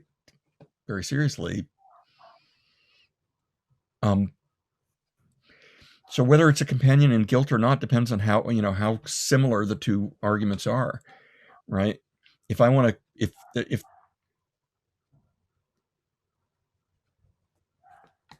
not all reasons purport to be categorical. So if there are reasons that don't purport to be categorical, the problem with them can't be that there couldn't be categorical reasons. I don't know. So I guess I want to know what the companions in guilt argument is, and we're going to have to look at it sort of case by case. So similarly, in the context of the overgeneralizing stuff, right? Sometimes the best explanation for persistent disagreement is that people are that involves the hypothesis that there's no right answer, but people just think there is. And sometimes that's not the most plausible explanation for persistent, intractable disagreement. And again, I don't think I know what the best explanation is for the disagreement that's out there, because there's way too much of it to evaluate right now. And I'm not an expert in, anthropology, but I do think, sort of trying to figure out. My point in the first disagreement paper was just that you can say there are all these things that explain away disagreement. Sometimes disagreement is what appears to be moral disagreement is disagreement about non-moral facts. Sometimes people disagree about morality, but their disagreement is funded by something that makes one of their views less credible, like bias. Every time, he's got conventional moral attitudes, except he always thinks he's good. And that's a bias, and so we understand where the disagreement comes from there. But what people do when they argue that moral disagreement isn't a problem for realism is they throw out a few of these kind of explainers, right? These diffusing explanations, and then they say, the rest is like that. And I'm waving my hands on purpose there. What I think is you need to look pretty carefully at the evidence. And likewise, I think with the companions and guilt stuff, I want to know what the particular companion and guilt argument is, what it thinks I'm committed to about reasons. And I haven't seen one that convinces me that there aren't instrumental reasons. Maybe I don't care what you call them, but schmeasons, that there aren't relationships between means and ends that are relevant to people who have desires. Yeah. Do you think of like epistemic reasons in that same way? Kind of Yeah, I'm sort of with instrumental. you on that. I mean, I guess I think that if there are epistemic reasons, that either there are epistemic reasons and they're related to truth seeking somehow, like that, or there are no epistemic reasons, but there still is this relationship of some kinds of belief, the ones that are attached to what we call good evidence, are more likely to be true, something like that. Yeah, yeah, that definitely makes sense to me. And then that was like, well, maybe this is against the companions and guild stuff. I could say, well, wait a minute. These senses in which I think there are moral reasons or epistemic reasons, there are these like instrumental things having to do with my attitudes and goals and so on. Um, if you're saying that there's a companion between the like objective moral facts and objective epistemic facts, categorical epistemic facts, mm, I'm either not even sure what those are supposed to be, or I don't think there are such things, and so I'm not committed. I think they're both guilty, I guess. Yeah, and we can go that way. I mean, say, I don't think that it's the case that I ought to believe anything epistemically, but I do think that if I form my beliefs on the basis of the evidence, they're more likely to be true, and I care about that. You can just go instrumental all the way down, for sure. We care about we want to believe truths. We want to perhaps have more specific commitments regarding our beliefs and belief forming methods and so on. But no theory is going to capture all of our intuitions in virtually any area of philosophy, right? There are going to be problems with this way of doing it. I mean, cases where you have it looks like you have good reason to believe stuff, but it's pretty clearly not true, or something like that. I bet, but that a theory has raggedy edges is kind of, that's the way that the terrain lies in philosophy. We don't have any theories that can't be picked at in some ways like that, as far as I know. So yeah, I'm inclined to try to go that way, and with epistemic reasons, and my concern for truth. It's not a concern for believing all the true things. It would have to be worked out, and I know there are problems with that, and so there will be problems along the edges. But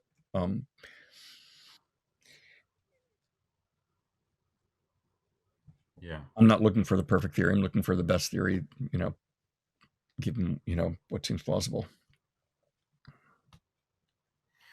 yeah.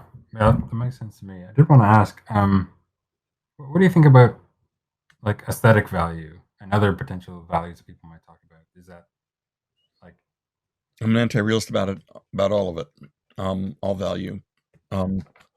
I know that there are things that people tend to like more. There's intersubjectivity and stuff like that, and I mean, there's a sense in which, we use this, we talk about value in a lot of different ways. There's being valued, right? I mean, is a dollar bill valuable? Yeah, in a sense it is. Is it really valuable in the sense that moral realists talk about there being moral facts, morality being real? I don't know. It's conventionally valuable. We value it, and so that gives it a certain kind of, it has real value. You can use it to buy stuff, right? So I guess it does have real value by being valued, but that's not the same kind of value as the value you're supposed to be able to discover in the world. That's not doesn't come from valuings. Do you ever read Harris' old paper, Nothing Matters? It's kind of, I've heard of it? I haven't read it, but yeah. it's hard to find. It's in one of his collections, but I tried to use it in a course back when we had course packs, and the Harris state wouldn't give me permission to use it. They refused. No amount of money was enough. And I suspect that's because it's pretty bad paper in lots of ways, but it starts off with this cool story about an exchange student from Switzerland, and he came from the French-speaking part of Switzerland, who was staying with the Hares. And he asked if there were any books in French, and they said, yeah, that shelf, all the books on that shelf are in French, take your pick. He comes down the next morning, he's chain smoking, he's got a blank stare on his face, he just looks completely washed out, and he said, what's going on? Are you okay? What's wrong? And he looks up and he says, nothing matters. He's been reading Camus. He picked up The Stranger, which sometimes my students can guess when I tell them that story, right? And Harris' response is, I'm jamming on it a little bit, improvising here a little bit, but like, it seems to matter a lot to you that nothing matters, right? What Harris says roughly, don't think that, doesn't your family matter to you? Why do things mattering to the universe, not mattering to the universe, mean they don't matter nothing matters to you? Most of the paper is about how mattering has to be subjective, which I think is the part he was embarrassed by later. But we can have values. We can care about stuff. We can build a theory about how to act on the basis of our reflective values. And if they give us instrumental reasons for acting in accordance with them, does it capture everybody? No. But it can't be that, an alternative to moral realism is false, because it would be really bad news if we couldn't convict Hitler of irrationality. Right? That wouldn't do any good anyway, and it's not relevant to what's true. Yeah, we're still gonna like react to Hitler and have the same emotions and so on. It's just that we aren't going to be appealing to these objective But facts about rationality or people have this worry, right? They think something like, but somebody else could think, could start with Nazi values and say, I'm just acting on my values, and this is what I care about, and I care about killing the Jews and all that stuff, and right, and they're no worse off than you are. And my only response to that is a normative one, namely, from the standpoint of my values, yes, they are, right? But they're not. That doesn't make them crazy. It just makes them bad from the standpoint of the value system I'm judging, on the basis of which I'm making these judgments. yeah, and I'm not gonna do nothing just because they're being consistent with their own values. No, I don't want them to do that. I they're doing things that I find abhorrent, I and really I want want to fear, do what I can to do stop that. like when And you don't have to be a realist to have that attitude. right, like when people try to derive toleration from moral relativism, they think that because Right. there's no non-relative moral truth, there's this non-relative moral obligation to tolerate everybody, and it can't be. But you might care about tolerating others. As if that's like relativism is committed to like sitting and doing nothing as someone's like murdering their family or something. It's like, no, that's not a consequence of my No, view on right. ethics. Because it turns out not to be wrong for me to impose values on others. Or it's, not wrong according to my culture or my values, which I don't know, whatever kind of Right. relativism somebody wants to endorse. None of them seems plausible to me. Yeah. Yeah. I don't know. I mean, what do you think some of the other issues facing moral realism? I like, are there any other arguments you're a fan of? Do you like queerness arguments, or is that not Fairness really? arguments of the sort that I made at the very beginning when I talked about reasons, two kinds of reasons, and stealing the cachet from that instrumental reason, the benefits of theft over honest work, that stuff is a kind of queerness argument, and I'm sympathetic with that, I guess. Um, I've got this paper on incoherentism where I say that I wonder whether the moral concepts are instantiatable, because I think they may commit us to more, that there may be non-negotiable commitments built in that are just can't coherently be combined into a single view, right? And so that's something I've been thinking about again, because talking to Lance a lot and thinking about the research, and I got sick after I wrote the paper, and for a long time, and I never revisited it, but part of me thinks that it's time to do that. There's this what's next problem that I mentioned earlier, where I've got some views on that. It's, for somebody who's spent a lot of his life thinking about metaethics, my conclusion is roughly that metaethics doesn't matter from the standpoint of somebody trying to live a practical life. Matters to me because I care about it and interested, intellectually curious. But if I'm right, then things go on pretty much the way they have up until now. And so I think there are questions about developing, moral anti-realism, how that's supposed to work, and how we talk to one another, and how we reason, and whether we have reason to reason, and when should I take my values seriously and when shouldn't I, stuff like that. When does it make sense to, given other stuff I value, can I get a handle on that question, etc. So when I think about the stuff I want to say, it's in those areas. Yeah, fair enough. I did want to say, because I'm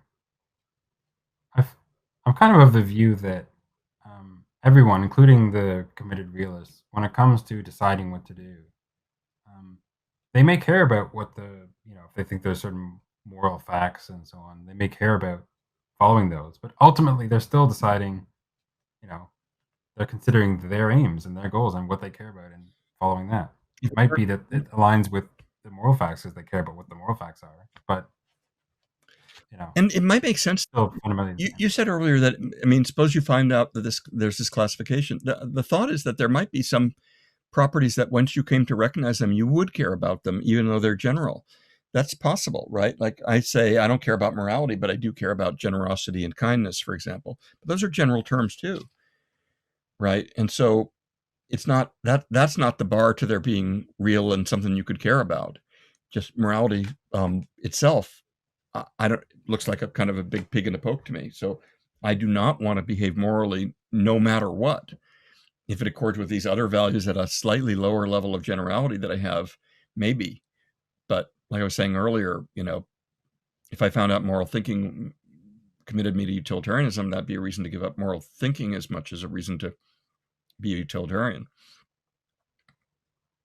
Yeah, I think this kind of related question was asked to Eric Sampson. I forget if it was myself that asked it or if it was Lance because they talked.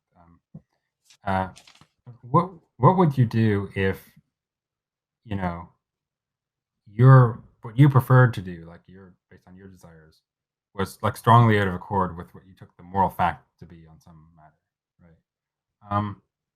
And essentially you said, well, probably go with what I want to do, unless it's like not something I care about so much, and then maybe then I'll go to I'll do what the morally right thing to do is. So he was saying he You believes know, in moral facts, but he doesn't care about them much. well, he does care about them somewhat, but it's like I think maybe it was just a comment on his like actual psychology that um, in the case where his desires are so strong, then the moral facts aren't going to kind of sway him to I don't know I don't think act we in a should way. care about what we would do so much as what we think we should do, in circumstances like that or something. I don't know. I might I think he would grant that he should always accord with the moral facts. I think that's maybe he what he thinks would say. that. The fact that he's weak, too weak to follow his own commitments doesn't doesn't strike me as philosophically so interesting. Yeah, yeah, but to me, it's just maybe a little interesting in the sense that it seems to be reflecting the same way in which um, The choice I was non-realists, yeah, they're still considering which things they care about yeah. following or I abiding don't see how by. we can avoid that when we act voluntarily. And Right. I don't see why it would make sense to avoid that because you'd be buying a pig in a poke. So I start caring about certain stuff, and if morality is inconsistent with it, I don't see why I should care about. I mean, morally I should, but you know, Q's rules or Joe's rules might, or God's rules might tell me something inconsistent with. I mean, those are all going to tell me what to do in their own terms. I ought to do what they say. According to Nazi morality, I ought to follow Nazi morality. Big deal. So the fact that Yeah, sorry. I was gonna say I like the example that Lance has with like the Zorpian facts. Suppose there's some other race of people or aliens or something, and they have their own moral system, and then there's these rules you can read off from that system. It's like, and the real if you don't abide by those, you're being Zorpian immoral or something yeah, like that. Like, well, Joe, okay, that's the Joe. why? We've talked. He and I've Right. talked about that plenty, but that's the Joe's list problem. Yeah. Yeah, it's the same thing. Yeah. Um, Yeah, I once started writing a paper called, like in grad school, called Hare, Railton, and God, um, which I talked about. Suppose Hare comes along, tells you what the moral concepts commit you to. So what? Okay, now suppose Railton tells you that morally wrong just is identical to means um, what your fully informed and fully instrumentally rational counterpart would want for his less informed counterpart to choose if he cared about everybody equally, something like that. Sorry, that's moral rightness, um, right? But once I understand that's what it is, I still wonder, why do that rather than what reflects my values or what I care about or what I want, whatever. And then we get to God and it's the same problem. And then it looks like all moral realism is going to fall. My worry is that all moral realism leaves us with that same kind of decision of principle question to make. Decision of principle to question to answer. I mean, like, yeah, what I I care it about. feels like if you're gonna bridge that, then there has to be some kind of I don't know intrinsic connection between those moral facts and what we're motivated to do. But then, like, I mean, what would that look like? I mean, would it just be that these moral facts just happen to align with what we care about? I mean, that's not so interesting. And if not, then I don't know what the connection's supposed to be, the motivation's supposed to be. Yeah. Yeah, because that's at least a lot of realists now want something more than hypothetical reasons. Right. They don't want to just identify, here's what morality requires. If you don't have reason to do it, okay, you don't. I mean, like I said, that's part. I think that might be part of why naturalism, although it had its heyday, didn't last, because they really did think of it as classificatory, like science in that way. And if you want to be good, you do this. If you don't, you don't. And those are separate questions. They were externalist about morality. Yeah, I mean, and it could turn out that that's what we were getting at when we employed this vocabulary. That's kind of implausible, perhaps. But even if it did, then it's just yeah, okay. We're just talking about this list of things that kind of such, and how does it don't? Something like that is a worry for me. Yeah. Um, yeah. Oh yeah, I guess yeah. That was the main thing when I'd asked what your kind of other issues, perhaps with moral realism or other like other arguments you think are pretty decent, or what do you think I've about written about explanations. I've written about disagreement. Right. I've written about the burden of proof. I haven't written about queerness. Something I should turn to if I have time left in my life to do that.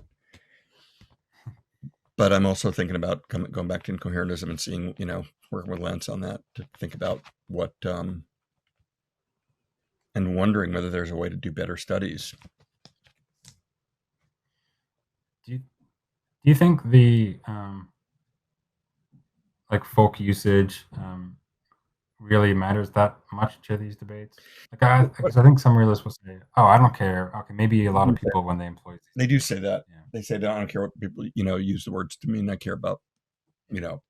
So if you ever look at the moral incoherentism paper in the original volume, there's a comment by Jeff Sayer McCord on it in which he says roughly that about what I'm claiming. I'm not interested in what the word means in ordinary, to ordinary people. I want to know.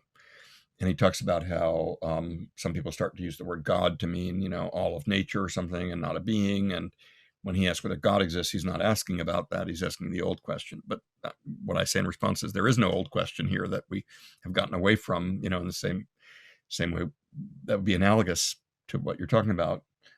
But then they could say that they're just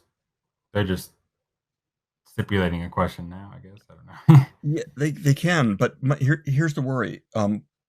Moral facts are what people are talking about when they talk about moral facts, and philosophers don't get to just change the language. They can say, look, I'm asking about something different. I don't want to know whether there are moral facts. I want to know whether there are, facts about what one would choose if one were instrumentally rational and knew all the facts and all the non-evaluative facts and cared blah blah blah, cared about everybody equally, blah blah blah. That's fine, but you've changed the subject when you do that. And it's like if I want to prove the existence of unicorns, I don't do it by saying, let's call this a unicorn. And now we don't disagree that this exists, right? So unicorns exist. I've now established, right? That's just a language trick. So what I want to know is, it's true that we can ask all sorts of new questions, and there are all sorts of properties out there, but are they the moral properties? They are the moral properties only if we, the speakers of the language, are talking about when we talk about moral properties. We can have there are all sorts of phenomena in the neighborhood that could be involved, like the division of linguistic labor and stuff like that. I don't think it is in this case, but it's kind of up to us. If we find facts that, if you find some set of facts that aren't what regular people are talking, if regular people don't think that morality is a realm of fact, if regular people's speech reflects a commitment to morality not being a realm of fact, that's probably because people are not committed to it being a realm of fact, and that's what morality turns out to be, the thing they're talking about, right? Whatever it is. So I don't know. I guess I think that stuff does matter.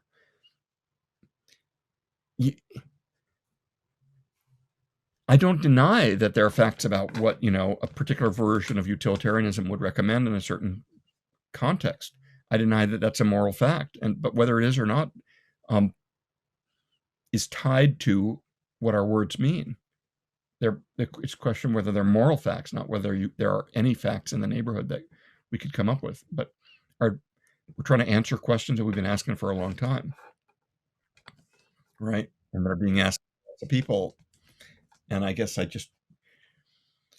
if Jeff had said, let me be clear on what it is I'm looking for. I don't care about morality at all. I don't care what people are talking about when they talk about morality, but I want to know whether this exists. And he, identifies it and defends it. But that's not what he does. He just says, I don't care what people are using the word to mean. I want to know about morality, as if it has this referent that, can be determined independent of, or that has whose existence is independent of people using language in a certain way, right, based on their linguistic aims and preferences. Yeah, I talked with Walter Sinnott Armstrong made a similar point, but about knowledge. But it was meant to be more general. It's like, when philosophers are using these terms and like comparing theories of knowledge or theories of whatever, theories of ethics, don't we want to be talking about the same sort of thing that ordinary people are talking about? I mean, we could start constructing, concepts, theory craft and conceptual engineering, and start talking with the same sounds about something else. But normally, this is supposed to be connected to some A conversation having around discourses. Yeah, Right. I agree. Yeah. That's what I think. And yeah, and so that maybe that's the reason to think that the empirical question of how these people are using these terms is quite relevant. Yeah, it's real. I mean, whether we're talking about the same thing, whether we're asking the same questions, I don't want to know whether I want to know whether the thing we've been asking about all this time exists, right? Yeah, I mean, I guess I would still want to allow, of course, that someone could say, okay, that's fair, but I'm still interested. I've come up with this precise enough definition for moral realism. Is there, call it moral schmuralism, whatever you want. I want to know if that is something that exists or is true, and we can still explore that. That's fine with me. You're fine with that. Yeah. Yeah. There are all sorts of facts. I don't deny that, right? I mean, whether they're the moral facts or not. I mean, if facts about what I have reason to do, and you could convince me that, then I'd start doing the same thing with reason. I'd say, what do you mean by reason? And that better be tied to what we ordinarily mean by it. Of course, there can be performance errors and linguistic division of labor and stuff like that. But and it gets complicated. But I'm speaking the language that we speak, which is why you have to be careful how you formulate this point, right? You can't say, if we used the word differently, then it wouldn't be true that blank, because when I say the we wouldn't be true clause, that's still in English, not in this new language that we're imagining being invented. So you can't put it like that, or else you're making a terrible mistake. They're right. In the second token of the sentence using the term in the first way or the other way.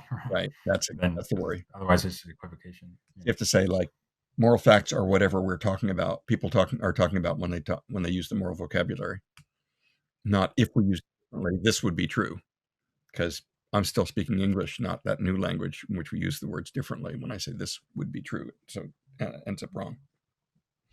But yeah, there's a bunch of terms and sounds and symbols in English and another language that we think to be more or less translatable. And then, what are people saying when they use that vocabulary? What are they coming to? There might be things we should be asking about that we haven't been asking about that are interesting.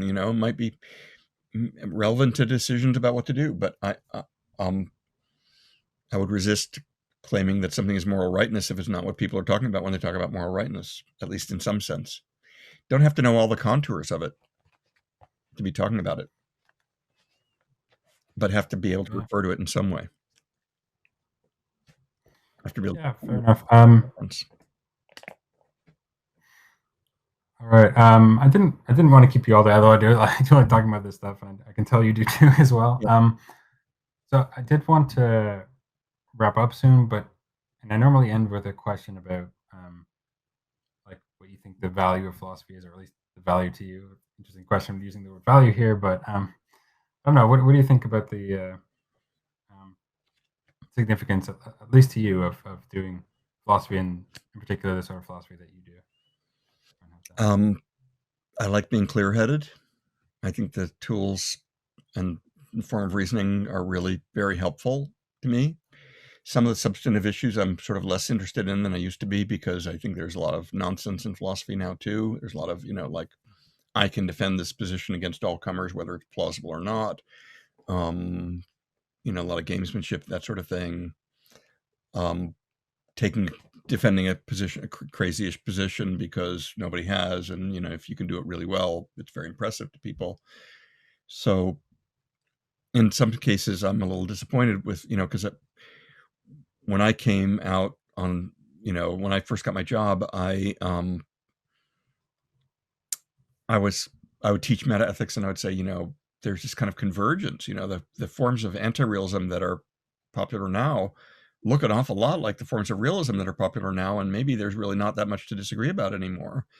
And now it looks like that was just, a passing moment, and we disagree about a real lot. We just don't talk to each other as much as we used to.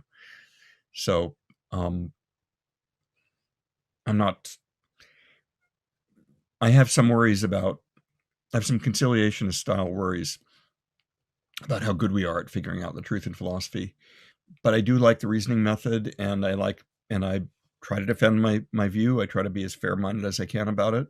I find it really satisfying. I think it's a good way to teach people to think straight, right? And to be careful and think about what their words mean, So I think it's kind of useful also, but partly it's just like you said to me, what's the use of the Mona Lisa? I'd say, I don't know, it's just beautiful. That's enough. And there's that component to it too. It's part of it's an important and valuable cultural asset. We're lucky to be rich enough to be able to have funded some of it for, the last 2,400 years in the West. I like that way of putting it. That's very good. So yeah, this has been really great. It's a blast talking to you. Thanks so much for being here. And, let's talk and talking all these want even not on camera. I think these things are great. I'll tell you one thing. One of my commitments in philosophy is that I feel that I am very privileged to have the job I do. And it has nothing to do with, I had to work hard and all that, but I'm still very lucky that there is such a job, and that I got one, and that I walked into it. And in some ways it's a stressful life, and in some ways it's a pretty cushy life. And I feel very lucky. But I think one thing that from the standpoint of my values, one thing that makes me committed to is making it available to people who didn't get quite as lucky, but, would like to learn something about it. So I never say no to these. I think they're great things. I think it's just good to get stuff out there. And there's a lot of crap philosophy on the internet, as you probably know. I mean, if you go to a chat app, for example, and there will be a philosophy room, and it'll be full of blowhards. Sometimes the very same blowhards from one app to the next. It's like, wait, didn't I see you on such and such, right? Saying stuff that's wrong and being very confident about it. And I think it's good that I think professionals have, insofar as you can understand me to be talking about my duties, I think it's a kind of duty to make stuff available to people, or at least it's something I'm committed to doing and glad to do. Yeah, some of the stuff you said there, I've definitely experienced. Yeah, that's part of why you do what you do. Yeah. And talk to some pretty cool people too. I noticed, when I looked up your list. But was Chomsky your first? Yeah, that's been an honor. Chomsky is the I think it was Graham-Oppy and then Chomsky, but I think that first one I wasn't there for. Some other people that I know hosted that, but yeah, I've talked with Saul Kripke. I've talked with, it's been an absolute honor to talk with everyone and to talk to you in this room. Well, it's a pleasure. Yeah, I'm nobody special, but it's a pleasure, and I'm really glad to be here.